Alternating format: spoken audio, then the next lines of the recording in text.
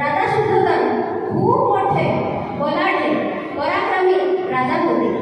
त्यांनी आपल्या पराक्रमाचं प्रदर्शन केलं म्हणून त्यांना दुसरा विवाह करण्याची संधी प्राप्त झाली।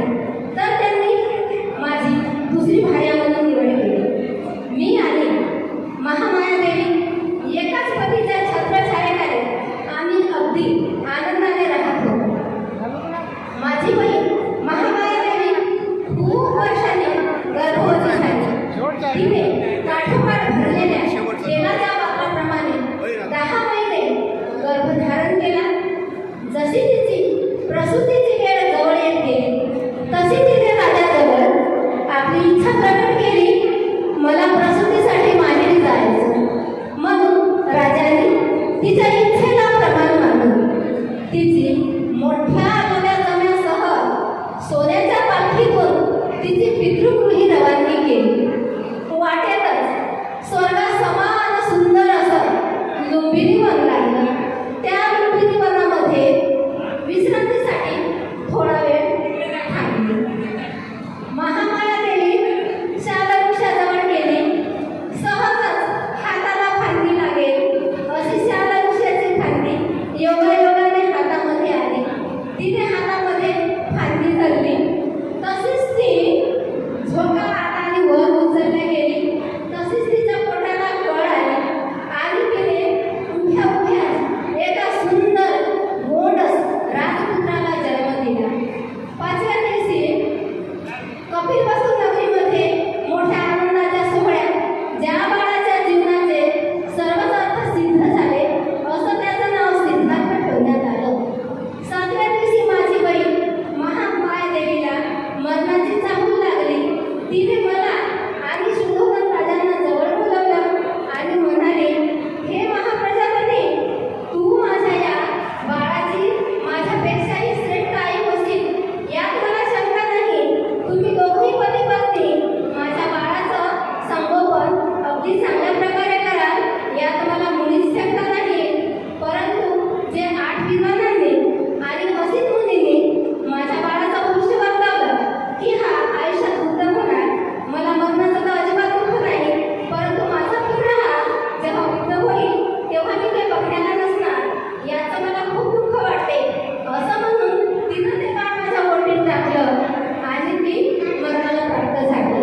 आमच्या दोघांवरही किती दुःखाचा टोल कोसळला असेल मी तुम्हाला शब्दामध्ये वर्णन करून सांगू शकत नाही। माझा बाळ हा दिव्याच्या ज्योतीप्रमाणे वाढला। लोकांची मुलं जसे दिसामासाने वाढतात तसा माझा बाळ दिव्याच्या ज्योतीसारखा वाढून 16 वर्षाचा झाला। त्याच्या अनुरूपच सुंदर सुस्वरूप लावण्यवती राजकन्या यशोधरेशी त्याचा विवाह झाला। 12 वर्षांनी मी आजी झाले। माझ्या नातवाचं नाव राहुल ठेवलं। नंतर असं काही वेळे रोहिणी नदीच्या पाण्याचा वाद एवढा विकोपाला गेला की माझा सिद्धार्थ माझी जी कपिलवस्तू नगरी होती ऐश्वर्य संपन्न धनधान्याने समृद्ध सोने चांदी रुपे माणिक मोती कशाचीही माझ्या राजधानीत अजिबात कमतरता नव्हती। माझ्या बाळाला त्या विकोपावरून एवढं ऐश्वर्य संपन्न राज्य सोडून सुस्वरूप पत्नी नुकता जन्मलेला राहुल बाळ आम्ही अनाथाच्या अवस्थेला प्राप्त झालेलो